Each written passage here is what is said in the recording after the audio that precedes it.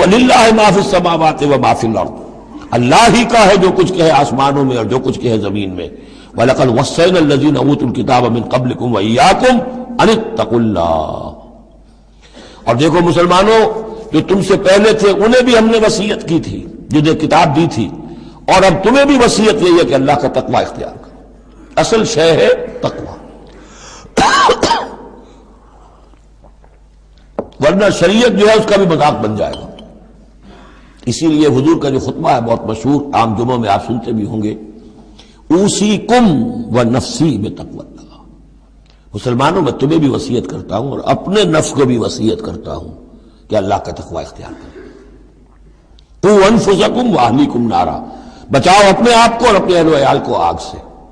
تو یہ تقوی جو ہے، وَلَقَدْ وَصَّيْنَا الَّذِينَ أُوتُوا الْكِتَابَ مِنْ قَبْلِكُمْ، تم سے پہلے جن کو کتاب دی گئی تھی انہیں بھی ہم نے وصیت کی تھی. وَإِيَّاكُمْ، اور سن لو تم بھی کان کھول کر، تمہیں بھی یہ وصیت ہے، أَنِ اتَّقُوا اللَّهَ، کہ اللہ کا تقوی اختیار کرو.